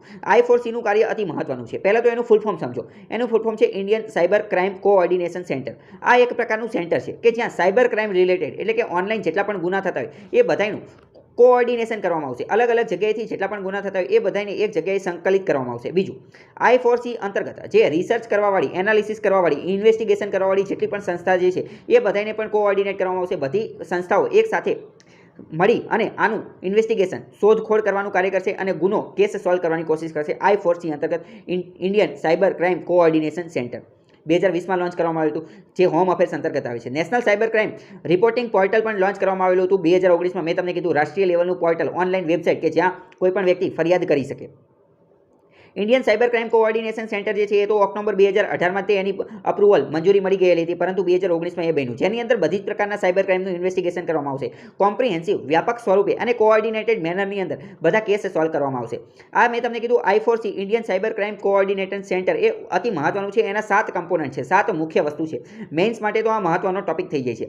તો 7 કમ્પોનન્ટ કયા કયા છે? National cyber crime threat analytical unit, એટલે કે સાયબર ક્રાઇમ રિલેટેડ કોઈ થ્રેટ, કોઈ ખતરો જણાતો હોય તો એને એનાલિસિસ કરવા માટેનું યુનિટ આની અંદર આવશે. બીજું, national cyber crime reporting portal, રાષ્ટ્રીય લેવલની એક વેબસાઇટ બનાવવામાં આવશે જ્યાં કોઈ પણ વ્યક્તિ સાયબર ક્રાઇમ રિલેટેડ ફરિયાદ કરી શકે. પછી national cyber crime training centre, cyber crime solve કઈ રીતે કરવું, એમાં કઈ કઈ વસ્તુ ધ્યાન રાખવાનું એનું ટ્રેનિંગ બનાવવામાં આવશે, ટ્રેનિંગનું centre. Cyber crime ecosystem management, આ સાયબર ક્રાઇમની જે ઇકોસિસ્ટમ જે છે એને મેનેજ કઈ રીતે કરવી, એનું સંચાલન કઈ રીતે કરવું એની માટેનું યુનિટ બનાવવામાં આવશે. National cyber crime research and innovation centre આ બનાવવામાં આવશે. આ બધું IC4 અંતર્ગત છે, I4C અંતર્ગત. National cyber crime forensic laboratory ecosystem platform four joint cyber crime investigation team, તો એક ટીમ બનાવવામાં આવશે ઇન્વેસ્ટિગેશન માટેની, તપાસ માટેની, શોધખોળ માટેની. તો આ સાથે સાથ અતિ મહત્વના છે જે I4C અંતર્ગત આવે છે. બીજું, આની સાથે સાથે I4C જે છે એ કેન્દ્રીય લેવલનું છે. આની સાથે સાથે અમુક 15 જેટલા રાજ્ય અને કેન્દ્ર શાસિત પ્રદેશોએ એવું પણ કીધેલું છે કે અમે અમારા રાજ્યની અંદર અમે સ્થાનિક લેવલે, રિજિયોનલ લેવલે સાયબર ક્રાઇમ કોઓર્ડિનેશન સેન્ટર જે છે એ પણ સ્થાપિત કરશું. આ જે I4C જે કેન્દ્રીય લેવલનું જે છે એ ન્યૂ દિલ્હીની અંદર છે અને બીજા અમુક સ્થાનિક લેવલે પણ સ્થાપવામાં આવશે. બીજી વાત કરીએ સાયબર સિક્યુરિટીની બાબતમાં, એ તમારા સાયબર સિક્યુરિટીનો મતલબ શું? સાયબર સિક્યુરિટી એટલે કે ઓનલાઈન આપણી સુરક્ષા રહેવી જોઈએ, આપણો કોઈ પણ ડેટા લીક ન થવો જોઈએ, હેકિંગ ન થવું જોઈએ, મતલબ કે સાયબર સ્પેસ આપણી પ્રોટેક્ટ, સુરક્ષિત રહેવી જોઈએ. આપણો ઇન્ફોર્મેશન ઇન્ફ્રાસ્ટ્રક્ચર જે છે એ મહત્વનું રહેવું જોઈએ. એટેક, આપણી ઉપર કોઈ એટેક ન થવો જોઈએ, ડેમેજ ન થવું જોઈએ, મિસયુઝ ન થવું જોઈએ, આવું બધું અટકાવવાનું. સાયબર સ્પેસનો મતલબ શું? સાયબર સ્પેસનો મતલબ કે એવી જગ્યા, ઇન્ફોર્મેશન એન્વાયરમેન્ટ, આખા વિશ્વની અંદર જે ઇન્ટરનેટના માધ્યમથી જે ગ્લોબલ ડોમેઇન આપણને પૂરો પાડવામાં આવે છે, ઇન્ફોર્મેશનનું એન્વાયરમેન્ટ, એને આપણે સાયબર સ્પેસ કહી શકીએ. અને સાયબર સ્પેસથી આપણને સુરક્ષા મળે એનો મતલબ સાયબર સિક્યુરિટી, બરાબર? બંને શબ્દ અલગ અલગ છે. હવે જો અહીંયા તમે જોઈ શકો છો different types of cyber attack. Cyber attack અલગ અલગ પ્રકારનો હોય. મેં તમને ઘણી બધી વાર કીધેલું છે કે માલવેર એટલે શું, ફિશિંગ એટેક એટલે શું, પછી સ્પાયવેર એટલે શું, એના વિશે મેં અલગ પણ 2-3 વિડીયો બનાવેલા છે. એક તો તમે એક વિડીયો જોઈ શકો છો વોટ્સએપ ઉપરનો, મેં પેગાસસ માટેનો વિડીયો બનાવેલો છે કે વોટ્સએપ હેક થઈ ગયેલું છે, એમાં એક સ્પાયવેર આવી ગયેલો છે, પેગાસસનો સ્પાયવેર. એ શું છે તમે એ વિડીયો જોઈ શકો છો. તો આ વિડીયોની અંદર મેં ઘણી બધી વસ્તુઓ સમજાવેલી છે કે આ સ્પાયવેર શું છે ને માલવેર શું છે ને, તો એ તમે જોઈ શકો છો. હવે અહીંયા આપણે વાત કરીએ માલવેર. માલવેર એટલે કે મેલિશિયસ સોફ્ટવેર, એટલે કે જેની ઈચ્છા ખરાબ હોય, આપણા કોમ્પ્યુટરને, આપણી ડિવાઇસને, આપણા મોબાઈલને હેરાન કરવાની અથવા એને ડિઝાઇન કરવાની, એને કંઈક પ્રોબ્લેમ પહોંચાડવાની, ક્ષતિ પહોંચાડવાની ઈચ્છા હોય એને કહેવાય માલવેર. ફિશિંગ એટેક એટલે કે આપણને લોભામણી, લલચામણી જાહેરાત આપે, ફેક ઈમેલને, મેસેજ એ બધાને ફિશિંગ એટેક કહેવાય, બરાબર? આ બધું મેં ઓલા વિડીયોમાં સમજાવેલું છે, તો અત્યારે વાત નહીં કરીએ. Main in the middle attack, આની અંતર્ગત કેવું હોય કે ફોર એક્ઝામ્પલ આપણું કોમ્પ્યુટર છે એ ઇન્ટરનેટ સાથે જોડાયેલું છે, તો આપણું કોમ્પ્યુટર ઇન્ટરનેટને સિગ્નલ મોકલશે, બરાબર? અથવા કોઈ પણ વેબસાઇટને સિગ્નલ મોકલશે, એ વેબસાઇટ આપણને પાછો સિગ્નલ મોકલશે. તો આ વચ્ચેનો રસ્તો જે છે એ જગ્યાએ કોઈ હેકર જે છે એ એટેક કરી દે વચ્ચેના રસ્તામાં, કોમ્પ્યુટરથી તે સિગ્નલ સુધી જવાના રસ્તામાં, તો એને કહેવાય man in the middle attack. Hacker insert themselves between your computer and the web server અને આપણા કોમ્પ્યુટરની વચ્ચે, તો એને man in the middle attack કહેવાય. પછી DNSની વાત કરીએ. DNS એટલે કે ડોમેઇન નેમ સિસ્ટમ. એની જેવી રીતે એક બીજું આવે DDoS. DDoSનો મતલબ શું થાય? Distributed denial of service. Denial of service, ડિનાયલનો મતલબ ના, સર્વિસની ના પાડવી. આના અંતર્ગત કેવું હોય તો કે હવે માની લો કે કોઈ પણ વેબસાઇટ છે, બરાબર, તો એ વેબસાઇટનું સર્વર જે છે એની કંઈક ઓકાત હોય, એની કંઈક લિમિટ હોય કે આ વેબસાઇટનું શું કે માની લો કે એક સાથે 1000 લોકો આવશે, 1000 લોકો આ વેબસાઇટ ઉપર આવશે તો એને એક્સેસ આપી શકશે, અથવા 1 લાખ લોકો આવશે તો એ આને એક્સેસ આપી શકશે, 2 લાખ આવશે તો એક્સેસ આપી શકશે. પરંતુ માની લો અચાનક જ તે 1000ની લિમિટ છે અને અચાનક જ તે 1 કરોડ લોકો એ વેબસાઇટ ઉપર આવી ગયા તો એનું સર્વર જે છે એ હેંગ થવા મળશે. એટલે એના કારણે આ DDoS અંતર્ગત શું થાય? અમુક હેકર લોકો જે છે એ ઓટોમેટિક જ ખોટી રિક્વેસ્ટ મોકલે કે મારે અહીંયા જવું છે, મારે અહીંયા જવું છે, ખોટા અમુક ફેક લેવલના સબસ્ક્રાઈબરને એ બધું ઊભું કરી દે. એના કારણે ઓટોમેટિક ડિનાયલ ઓફ સર્વિસ જે છે એ આવી જાય, બરાબર, એટલે કે સર્વિસની ના પાડી દે, તો એને કહેવાય DDoS. ક્રોસ સાઇટ સ્ક્રિપ્ટિંગ વિશે ખબર હોવી જોઈએ અને SQL ઇન્જેક્શન વિશે ખબર હોવી જોઈએ. SQL ઇન્જેક્શન એટેક શું છે તો કે કરપ્ટ ડેટા, ખરાબ પ્રકારનો ડેટા કે જેમાં ડેટાની અંદર તે કંઈક કરપ્ટ હોય એવા ડેટાને સર્વરની અંદર અપલોડ કરી દેવામાં આવે. ક્રેડિટ કાર્ડની ડિટેલને, નંબરને, યુઝરનેમને, પછી ત્યાંથી જે કોઈ વ્યક્તિ એ ફાઇલને ડાઉનલોડ કરે તો એની અંદર એક કરપ્ટ વાયરસ ઓટોમેટિક આવી જાય. ક્રોસ સાઇટ સ્ક્રિપ્ટિંગની અંદર કેવું હોય તો ઇન્જેક્ટ માલિશિયસ કોડ ઇન્ટુ વેબસાઇટ. વેબસાઇટની અંદર તે કોઈ પણ પ્રકારનો મેલિશિયસ કોડ, માલવેર, ટ્રોજન આવું બધું નાખી દે. બાકી આગળ વાત કરીએ તો ક્રિટિકલ ઇન્ફોર્મેશન ઇન્ફ્રાસ્ટ્રક્ચર વિશે ખબર હોવી જોઈએ કે આર્ટિકલ આપણે IT એક્ટની સેક્શન 70 ક્લોઝ એમાં ક્રિટિકલ ઇન્ફોર્મેશન ઇન્ફ્રાસ્ટ્રક્ચરની વાત કરેલી છે, જેમાં એવું કીધેલું છે કે અમુક પ્રકારની માહિતી એવી હોય કે જે ખૂબ જ ક્રિટિકલ હોય, જે ખૂબ જ નાજુક હોય, જેમ કે ભારત દેશની સિક્યુરિટી સાથે સંબંધિત, ભારત દેશની ઇકોનોમી સાથે સંબંધિત, ભારત દેશની પબ્લિક હેલ્થ સાથે, સેફટી સાથે સંબંધિત, તો આનું ધ્યાન રાખવું ખૂબ જ જરૂરી છે. એની સેફટી રાખવાની વાત આર્ટિકલ સેક્શન 70 ક્લોઝ 1 IT એક્ટમાં કરેલી છે. પછી સાયબર એટેક એટલે મેં તમને કીધું મેલિશિયસ એટેક કે જે કોઈ ઇન્ડિવિડ્યુઅલ અથવા ઓર્ગેનાઇઝેશન દ્વારા કરવામાં આવે, ડેલિબરેટ, જાણી જોઈને કરવામાં આવે ઇન્ટરનેટ ઉપર, એને કહેવાય, બરાબર. બાકી આ તમે યાદ રાખજો ક્રિટિકલ ઇન્ફોર્મેશન ઇન્ફ્રાસ્ટ્રક્ચર. ભારતની અંદર સાયબર સિક્યુરિટી માટે કોઈ કાયદા બનાવેલા છે કે નથી બનાવેલા? એકમાત્ર કાયદો છે ભારતમાં બનાવેલો છે 2000ની અંદર, એ IT act, information technology act. A regulator નિયંત્રણ કરે છે કોમ્પ્યુટરને, કોમ્પ્યુટર સિસ્ટમને, બધી વસ્તુ કઈ રીતે ચલાવવાની, આ હેકિંગને, એ બધું એક જ કાયદાની અંદર બધું નિયંત્રિત કરવામાં આવે છે. જેમાં કોમ્પ્યુટર સાથે કોઈ પણ પ્રકારની ટેમ્પરિંગ, છેડછાડ કરવામાં આવેલી હોય તો ડોક્યુમેન્ટ સાથે, તો એને પણ ધ્યાન રાખે છે. હેકિંગ, કોમ્પ્યુટરનું સાયબર ટેરરિઝમ એટલે કે સાયબરની મદદથી આતંકવાદને એ બધું ન ફેલાવે, એ બધાનું ધ્યાન રાખે છે IT એક્ટ. બીજું ભારત સરકારે શું કરેલું હતું તો 2013ની અંદર નેશનલ સાયબર પોલિસી બનાવવામાં આવેલી હતી. એની અંતર્ગત અમુક સ્ટ્રેટેજી બનાવવામાં આવેલી હતી. પહેલાં તો કીધું હતું કે સાયબર ઇકોસિસ્ટમ જે છે એને સિક્યોર, સુરક્ષિત કરવામાં આવશે, દરેક વસ્તુની સુરક્ષા રાખવામાં આવશે, ડેટાની સુરક્ષિતતા કરવામાં આવશે. એની સાથે સાથે આ પોલિસીની અંદર 2013ની નેશનલ સાયબર પોલિસીમાં એવું કીધેલું હતું કે આપણે CERT ઇન બનાવશું, જે બનાવી દીધી છે. CERT ઇનનો મતલબ શું? National computer emergency response team. એક ટીમ બનાવશું જે કોમ્પ્યુટરની અંદર ઇમરજન્સી લેવલે કોઈ પણ પ્રકારનું એટેક થયેલું હોય તો એને શોધખોળ કરવાનું કાર્ય કરે. હવે જો ફોર એક્ઝામ્પલ માની લો કે કોઈ વિદેશના હેકરે ભારતની કોઈ ઉપર હેકિંગ માટેનો એટેક કરેલો છે, બરાબર, કોઈ વેબસાઇટ ઉપર, માની લો કે ભારતની RBI ઉપર, ઇસરો ઉપર, થોડા સમય પહેલાં ચાઇનાના હેકરોએ ઇસરો ઉપર એટેક કરેલો હતો, બરાબર, ઇસરોના સેટેલાઇટને એ બધા ઉપર. તો આવો કોઈ એટેક કરેલો હોય તો ત્યાં એનાલિસિસ કરવાનું, રિસર્ચ કરવાનું કાર્ય આ CERT ઇન કરે છે. એ નોડલ એજન્સી તરીકે કાર્ય કરે છે અને કોઓર્ડિનેશન બધા અલગ અલગ ડિપાર્ટમેન્ટ વચ્ચે એકાત્મકતા જાળવવાનું કાર્ય કરે છે. હવે બીજું તમને એ ખબર હોય છે કે પબ્લિક કી ઇન્ફ્રાસ્ટ્રક્ચર જે છે એનો પણ સિક્યોર, એને પણ સુરક્ષિત રાખવાની છે. ક્રિટિકલ ઇન્ફોર્મેશન ઇન્ફ્રાસ્ટ્રક્ચર મેં તમને પહેલાં કીધું, એને ઓપરેટિંગ નોડલ એજન્સી તરીકે વર્ક કરે છે NCIIPC, એટલે કે national critical information infrastructure protection centre. આવું સેન્ટર બનાવવામાં આવેલું છે રાષ્ટ્રીય લેવલનું કે જે ક્રિટિકલ લેવલની ઇન્ફોર્મેશન, નાજુક લેવલની માહિતી, એને ઇન્ફ્રાસ્ટ્રક્ચર બનાવશે. એના પ્રોટેક્શન માટેનું, નાજુક માહિતીઓના પ્રોટેક્શન માટેનું ઇન્ફ્રાસ્ટ્રક્ચર બનાવવામાં આવશે. એની નોડલ એજન્સી આ છે. 2000માં બનાવવામાં આવી હતી, જેના અંતર્ગત ભારતની બધી જ ક્રિટિકલ ઇન્ફોર્મેશન જે છે એને સિક્યોર, સુરક્ષિત કરવામાં આવશે અને ન્યૂ દિલ્હીની અંદર છે. ક્રિટિકલ ઇન્ફોર્મેશન કઈ છે એ હું તમને પહેલાં જ કહી દીધું કે ભારતની ઇકોનોમીને સાથે સંબંધિત, નેશનલ આ હેલ્થ સાથે સંબંધિત આ બધી જે માહિતી હોય એને શું કહેવામાં આવે? એને આ કહેવામાં આવે છે, એટલે કે ક્રિટિકલ ઇન્ફોર્મેશન ઇન્ફ્રાસ્ટ્રક્ચર. જેમ કે જો national security, economy, public health આ બધી વસ્તુ હોય એને કહેવાય ક્રિટિકલ, નાજુક માહિતી, કે જે ઘણી બધી સેન્સિટિવ માહિતી છે.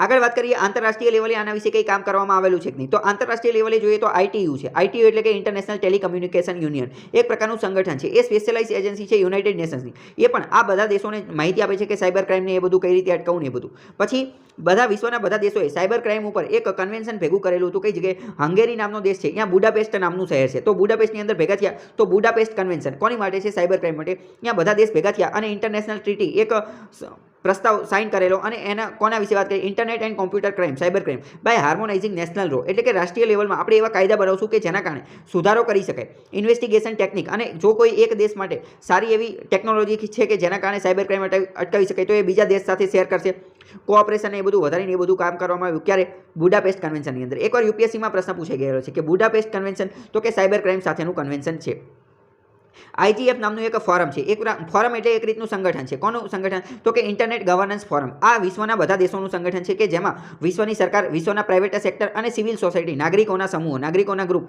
એ બધા એક સાથે આવી અને ઇન્ટરનેટને કઈ રીતે ગવર્ન કરવું એના વિશેની વાતચીત કરે છે બીજું વાત કરીએ તો internet cooperation for assigned names and numbers America દ્વારા આ એક રીતનું એનજીઓ ચાલે છે કે જે મેન્ટેનન્સ એટલે કે જાળવણી કરવાનું કાર્ય કરે છે અમુક પ્રકારનો ડેટાબેઝ ઇન્ટરનેટ રિલેટેડ જે ડેટાબેઝ છે એ જાળવવાનું કાર્ય કરે છે અને કોઓર્ડિનેટ કરવાનું કાર્ય કરે છે આ અમેરિકાની એક એનજીઓ છે એ ખબર હોવી જોઈએ બીજો મહત્વનો હવે જો બીજો આર્ટિકલ જોઈએ પરંતુ એની પહેલાં તમે આ સમજી લો કે પબ્લિક કી ઇન્ફ્રાસ્ટ્રક્ચર વિશે મેં તમને હમણાં થોડી વાર પહેલાં વાત કરેલી આ મોસ્ટ એમપી છે કારણ કે યુપીએસસી 2020ની અંદર પ્રિલિમ્સમાં આ પ્રશ્ન પૂછાઈ ગયેલો કે પબ્લિક કી ઇન્ફ્રાસ્ટ્રક્ચર કોની સાથે સંબંધિત છે તો ડિજિટલ સિક્યુરિટી ઇન્ફ્રાસ્ટ્રક્ચર સાથે સંબંધિત છે અહીંયા એની માહિતી આપેલી છે બાકી યુપીએસસી 2020નું આખું એનાલિસિસ મેં મૂકેલું છે એ તમે જોઈ શકો છો પબ્લિક કી ઇન્ફ્રાસ્ટ્રક્ચર એટલે તમે અહીંયા જોઈ શકો છો કે અમુક પ્રકારની માહિતી હોય તો એમાં એક તો પબ્લિક કી હોય અને એક તો પ્રાઇવેટ કી હોય બરાબર જેમ કે આ સર્ટિફિકેટ આમાં અલગ અલગ કી નામની વસ્તુ હોય રજિસ્ટ્રેશન ઓથોરિટી અને આ સેન્ડર માની લો કે અહીંયા એક વ્યક્તિ બીજા વ્યક્તિને કોઈ મેસેજ મોકલે છે બરાબર તો આ મેસેજ જ્યારે અહીંયા મોકલે તો એ ઇન્ક્રિપ્ટ લેવલનો હોય આ વ્યક્તિ પાસે જ્યારે એ પહોંચે ત્યારે તે એ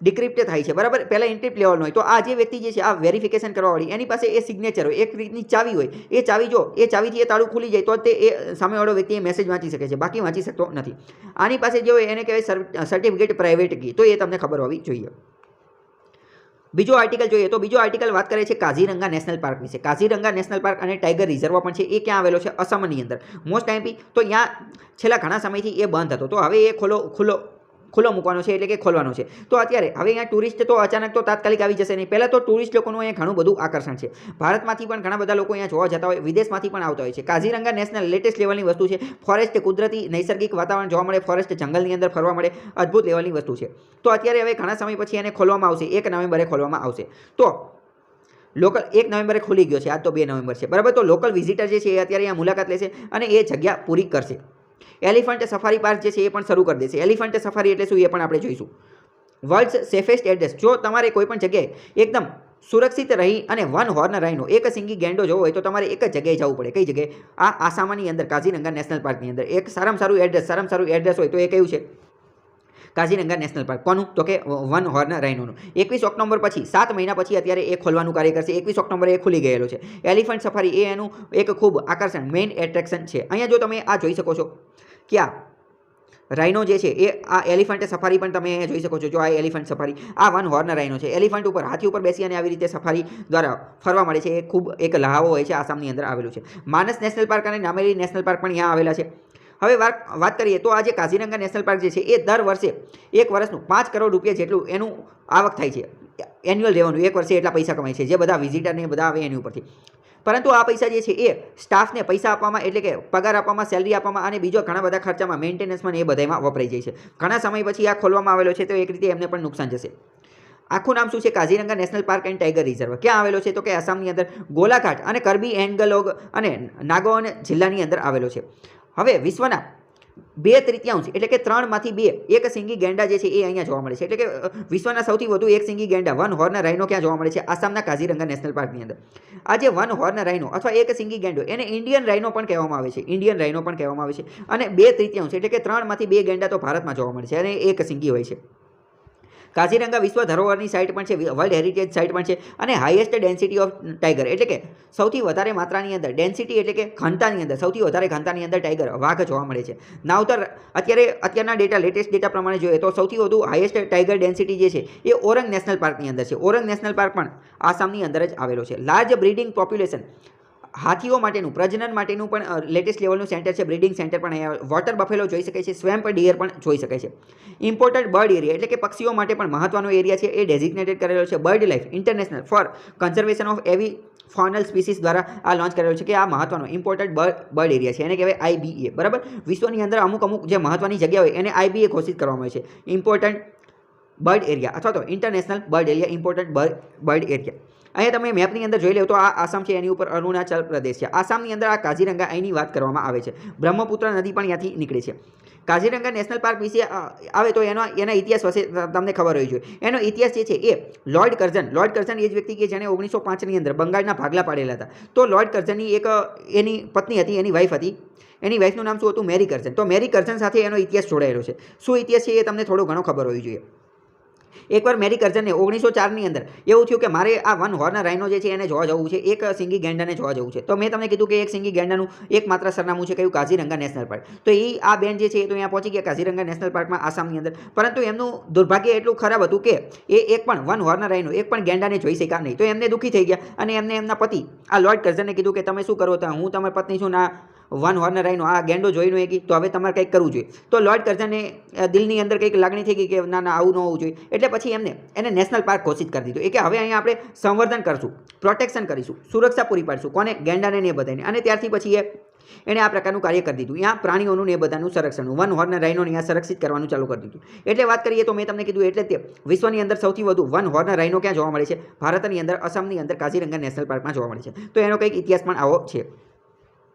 બીજો હવે એને રિલેટેડ આપણે એક પ્રશ્ન જોઈએ. પ્રશ્ન આ તમને સોલ્વ કરો. પહેલો પ્રશ્ન ગેંડા વિશે, રાઇનો વિશે જ પૂછેલો છે. પહેલો પ્રશ્ન એવો છે, વિધાન આપેલા છે કે બ્લેક રાઇનાસોર્સ કે કાળો ગેંડો જે છે એ આફ્રિકાની અંદર જોવા મળે છે અને એ ઈસ્ટર્ન અને સધર્ન આફ્રિકાની અંદર જોવા મળે છે. રાઇનો કયો? બ્લેક રાઇનોની વાત કરે છે. બીજી વાત કરે છે વ્હાઇટ રાઇનો જે છે એ ભારતની અંદર જોવા મળે છે. વ્હાઇટ રાઇનો ક્યાં જોવા મળે છે? ભારતની અંદર જોવા મળે છે. અને ત્રીજું વાત કરે છે કે Palamu host highest number of Indian rhinoceros in India. પલામુની અંદર ભારતના જે રાઇનો જે છે એ સૌથી વધારે પ્રમાણમાં જોવા મળે છે. તો સાચું કયું છે એ કહેવાનું છે. તો આની અંદર માત્ર પહેલું એક જ સાચું છે. બ્લેક રાઇનાસોર જે છે એ આફ્રિકાની અંદર જોવા મળે છે, એ વાત સાચી છે. ભારતની અંદર વ્હાઇટ રાઇનાસોર જોવા મળતા નથી. બરાબર. ભારતની અંદર એક જ જોવા મળે છે કયા? જેને ઇન્ડિયન રાઇનાસોર કહેવામાં આવે છે અથવા વન હોર્ન રાઇનો કહેવામાં આવે છે. ભારતની અંદર એ જોવા મળે છે વન હોર્ન રાઇનો અથવા તો ઇન્ડિયન રાઇનાસોર્સ એટલે કે ગેંડો.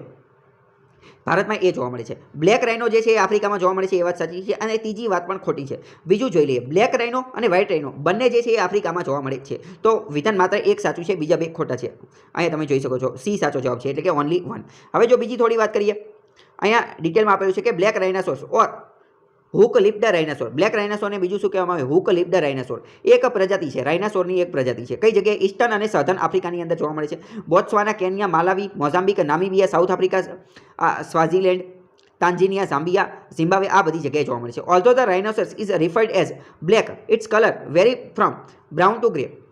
એને બ્લેક રાઇનાસોર કહેવામાં આવે છે, પરંતુ એ એક્ઝેક્ટ કાળો હોતો નથી, પરંતુ બ્રાઉન અથવા ગ્રે કલરનો હોય છે. તો પહેલી વસ્તુ સાચી છે, એ આફ્રિકામાં જોવા મળે છે. બીજી વાત કરીએ. વ્હાઇટ રાઇનાસોર જે છે અથવા તો northern square lipped rhinoceros is one of the two species of white rhinoceros, the other being southern rhinoceros. એ જે છે એ પણ આફ્રિકામાં જોવા મળે છે. આગળ વાત કરીએ. Formerly found in several countries in East and central Africa. મેં તમને કીધું વ્હાઇટ અને બ્લેક બંને ક્યાં જોવા મળે છે? બંને આફ્રિકાની અંદર જોવા મળે છે. ભારતમાં ખાલી વન હોર્ન રાઇનો, એક સિંગિંગ ગેંડો જોવા મળે છે, જેનું બીજું નામ ઇન્ડિયન રાઇનાસોર છે. તો એ બધી વસ્તુ આપેલી છે. મતલબ કે ખાલી બીજું એક જ આપણે જોઈ લીધું કયું સાચું છે એ. બીજી વાત કરીએ તો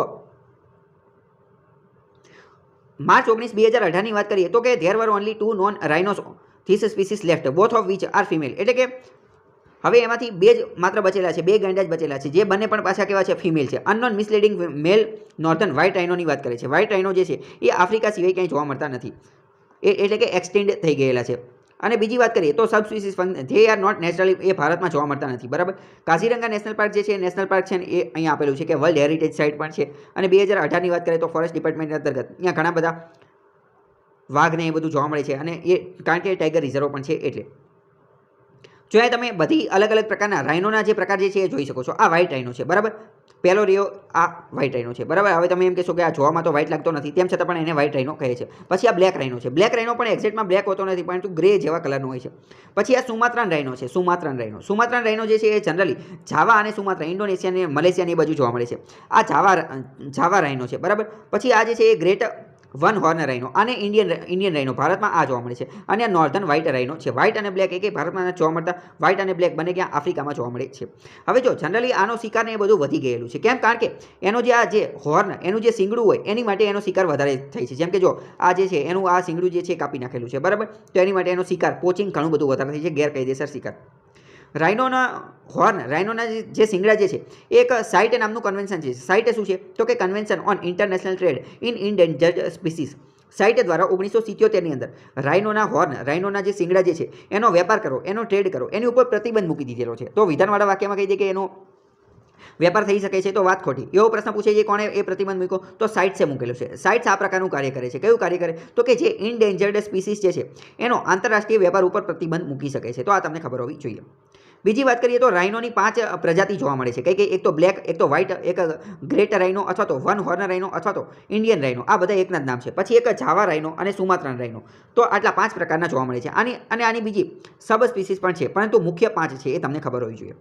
હવે વાત કરીએ તો એશિયાની અંદર કઈ જોવા મળે છે, તો 3 સ્પીસીસ એવી છે કે જે એશિયાની અંદર જોવા મળે છે. 3 સ્પીસીસ, 2 ઓફ વિચ ક્રિટિકલી, એમાંની 2 જે છે એ ક્રિટિકલી ઇન્ડેન્જર્ડ છે. એક તો જાવાન અને સુમાત્રાન. આ બંને જે છે જાવાન અને સુમાત્રાન એ બંને ક્રિટિકલી ઇન્ડેન્જર્ડ છે, એટલે કે ખૂબ ખતરાની અંદર છે. તો એશિયામાં 3 જોવા મળે, એક તો જાવા રાઇનો, એક તો સુમાત્રા રાઇનો અને એક તો વન હોર્ન રાઇનો જે ભારતમાં જોવા મળે એ.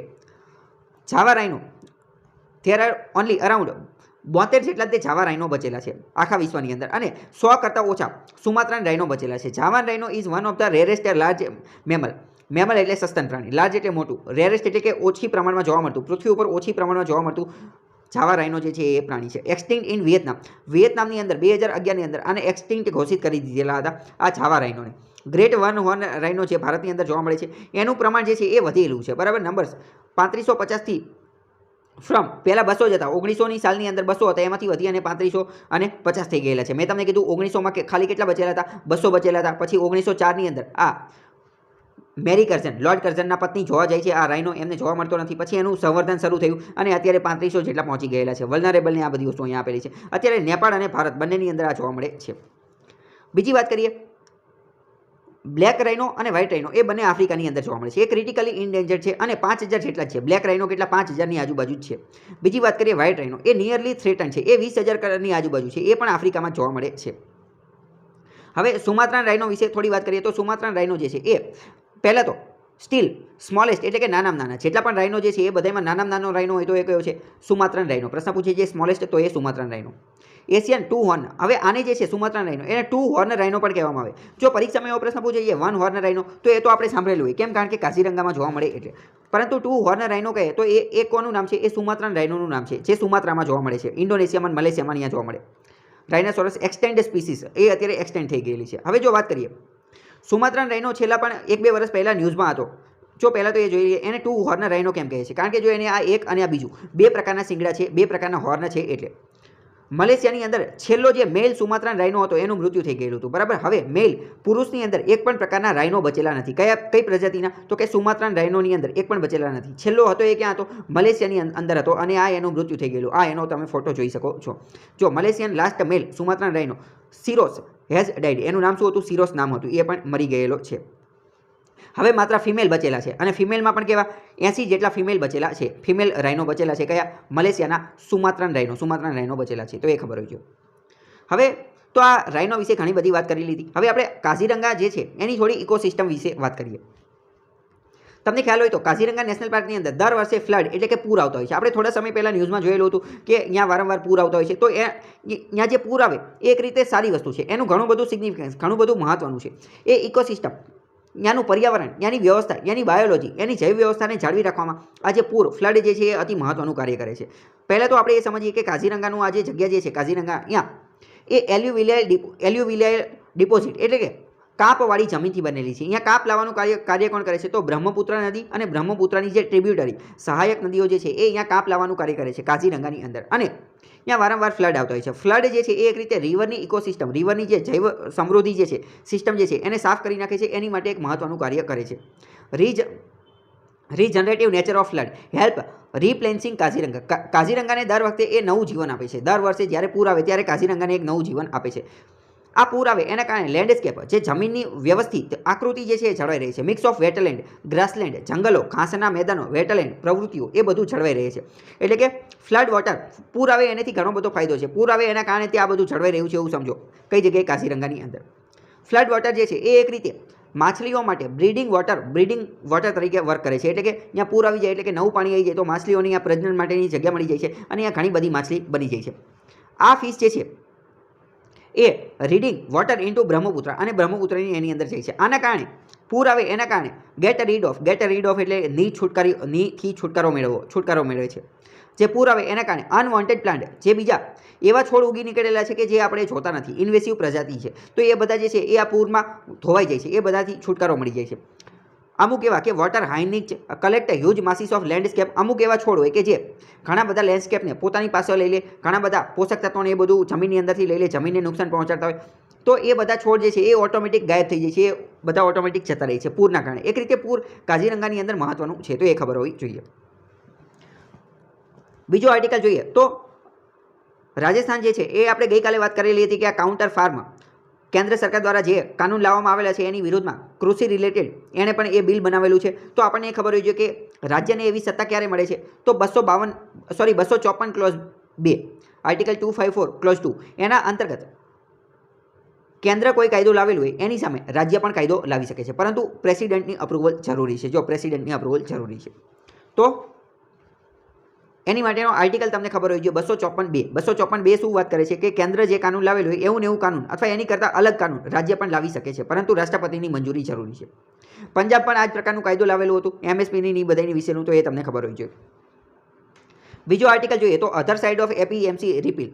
બિહારના ખેડૂતો જે છે એ એવું ઈચ્છે છે કે એપીએમસી રિપીલ ન થવી જોઈએ, એ એમને જ રહેવી જોઈએ. પંજાબ પણ એવું જ ઈચ્છે છે, બિહારના ખેડૂતનો પણ એવું કહેવાનું થાય છે કે APMC agriculture produce market committee એની એમને એમ રહેવી જોઈએ, એ રદ ન કરવી જોઈએ. બરાબર, રિપીલિંગ બિહાર એગ્રીકલ્ચર, બિહારનો એપીએમસી એક્ટને રિપીલ ન કરવો જોઈએ, રદ ન કરવો જોઈએ.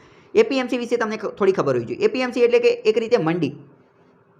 ખેડૂતો જે છે એ પોતાનો પાક વેચવા માટે એપીએમસીની અંદર જાય છે, ત્યાં પોતાનો પાક વેચે છે. અને હવે આની અંદર કેવું હોય તો કે farmers are required to sell large number of commodities, એટલે વસ્તુઓ એ બધું અહીંયા વેચે છે. પરંતુ એપીએમસીની અંદર એક મહત્વની જે નુકસાન જે છે એ છે મિડલમેન. એની અંદર ઘણા બધા મિડલમેન હોય છે, મોનોપોલિસ્ટિક પ્રકારની વસ્તુ જોવા મળે છે. મોનોપોલિસ્ટિક પ્રકારની વસ્તુ એટલે શું? સેલર એટલે કે વેચવાવાળા ઘણા બધા હોય, જ્યારે બાયર જે છે એ એક જ હોય, ખરીદવાવાળા 1-2 વ્યક્તિ જ હોય. ખરીદવાવાળા બધા કોણ હોય? મિડલમેન હોય. અને વેચવાવાળા ઘણા બધા એટલે કે ખેડૂત હોય. તો આવા કેસની અંદર શું થાય? જે બાયર જે છે એ એક રીતે મોનોપોલી ક્રિએટ કરી શકે. બાયર એમ કે મારે આટલી વસ્તુ એ જ ખરીદવું છે, તો પછી સામેવાળાએ એટલી વસ્તુ એ જ વેચવું પડે. તો આ એક પ્રકારની સમસ્યા જોવા મળે છે. બરાબર, જનરલી આવું કોના કારણે થાય છે? મિડલમેનના કારણે. તો એ એપીએમસીની વસ્તુ છે. મિડલમેન જે છે એ બાયર પાસેથી અને સેલર બંને પાસેથી કમિશન પણ ઉઘરાવે છે, અમુક પ્રકારનો ચાર્જ કમિશન તરીકે ખેડૂતો પાસેથી એ લે અને જેને વસ્તુ વેચે એની પાસેથી પણ લે છે. અને જનરલી આ જે મિડલમેન હોય એ મોટે ભાગે મની લેન્ડર હોય છે, એટલે કે જેની પાસે ઘણા બધા પૈસા હોય અને આ બીજ વેચવાનું ને એ બધું કાર્ય વેપારીના આ બધા પ્રકારના લોકો જ હોય છે. બીજો આર્ટિકલ આપણે ગઈકાલે જોયેલું હતું, એ જ ફરીથી આવેલું છે કે CGI chief justice of India દ્વારા મહારાષ્ટ્રના નાગપુરની અંદર ઈ રિસોર્સ સેન્ટર શરૂ કરવામાં આવ્યું છે. ભારતનું પ્રથમ ઈ રિસોર્સ ઇનોગ્રેટેડ એટલે કે ઉદ્ઘાટન કરેલું છે ન્યાય કૌશલ, ભારતનું પ્રથમ ઈ રિસર્ચ સેન્ટર. એનું નામ શું છે? ન્યાય કૌશલ. બરાબર, અને જ્યુડિશિયલ ઓફિસરની ટ્રેનિંગ ઇન્સ્ટિટ્યૂટ નાગપુરની અંદર એ કરવામાં આવ્યું. વર્ચ્યુઅલ કોર્ટ પણ શરૂ કરવામાં આવશે. આ બધી વસ્તુ ખબર હોવી જોઈએ. બીજો આર્ટિકલ જોઈએ તો જમ્મુ કાશ્મીરના રોશની એક્ટ વિશે વાત કરે છે. જમ્મુ કાશ્મીરની સરકારે નક્કી કરેલું છે કે બધા જ એક્શન જે રોશની એક્ટ અંતર્ગત લેવામાં આવેલા છે, એ રોશની એક્ટ પહેલાં તો શું છે તો કે 20 લાખ કેનાલને જમીનનો આ કાયદો છે. બરાબર, જમીનનો કાયદો છે, એ ખબર હોવી જોઈએ. રોશની એક્ટ શું એ આપણે સમજીએ પહેલાં ડાયરેક્ટ જ. સ્ટેટ એડમિનિસ્ટ્રેટિવ કાઉન્સિલ કે જેના હેડ હોય છે જમ્મુ કાશ્મીરના ગવર્નર, એના દ્વારા રિપીલ રદ કરી નાખવામાં આવ્યો છે. કોને? Jammu Kashmir state land wasting of ownership to the occupation act 2001. Roshni act 2001 હતો, એને રદ કરી નાખેલો છે. આ એક્ટ અંતર્ગત શું હતું? પહેલાં તો રોશની એક્ટ કોની સાથે સંબંધિત છે એ જોઈએ. તો રોશની એક્ટ જે છે એ જમ્મુ કાશ્મીરની અંદર જમીનની માલિકી જે છે એ કોઈને ટ્રાન્સફર કરવી, એક જગ્યાએથી એક વ્યક્તિમાંથી બીજી જગ્યાએ જમીનના અધિકારો કઈ રીતે ટ્રાન્સફર કરવા એની સાથે સંબંધિત છે. જમ્મુ કાશ્મીરના એક વ્યક્તિએ બીજા વ્યક્તિને પોતાની જમીન વેચી હોય તો એની માટે કયો કાયદો લાગુ પડે? તો રોશની એક્ટ લાગુ પડે. એનું નામ રોશની શા માટે લાગેલું? કારણ કે સરકારે અત્યારે એવું નક્કી કરેલું હતું કે આ રોશની એક્ટ દ્વારા આપણે અમુક પ્રકારની જમીન જે છે એ વેચવાનું કાર્ય કરીશું અને સરકારને આના કારણે જે રેવન્યુ, જે આવક થશે એ આવકનો ઉપયોગ કરી અને આપણે હાઇડ્રો ઇલેક્ટ્રિક પ્રોજેક્ટ એટલે કે પાણીમાંથી વીજળી બનાવવાનું કાર્ય કરીશું અને એ રોશની આપવાનું કાર્ય કરશે. એટલે રોશની એક્ટ કીધેલું હતું. આ ઘણું બધું વિવાદમાં એ બધામાં સપડાઈ ગયેલું છે, પણ એ આપણી માટે મહત્વનું નથી. તો આજ માટે આટલું રાખીએ. બાકી આ ઇન્સ્ટાગ્રામ, ટેલિગ્રામ એ બધા જગ્યાએ તમે સ્ટડી ટેલરને ફોલો કરી શકો છો અને ચેનલ જોઈન કરી શકશો. ત્યાં ઘણી બધી નવી વસ્તુઓ મળશે. બાકી આ પ્રશ્ન જે છે એના જવાબ તમારે આપવાના છે. પહેલું કે દાયમોર ભાષા ડેમ જે છે એ કઈ નદી ઉપર છે અને ક્યાં બનાવવામાં આવશે અને એની બનાવવાની હેલ્પ કોણ કરશે? I4C એનું ફૂલ ફોર્મ શું છે? બુડાપેસ્ટ કન્વેન્શન કોની સાથે સંબંધિત છે? 254(2) નામનો અનુચ્છેદ કોની સાથે સંબંધિત છે? રોશની એક્ટ શું છે? તો આજ માટે આટલું રાખીએ. બાકી કાલે મુલાકાત થશે. ત્યાં સુધી જોડાયેલા રહો સ્ટડી ટેલર ધ હાર્દિક સાથે.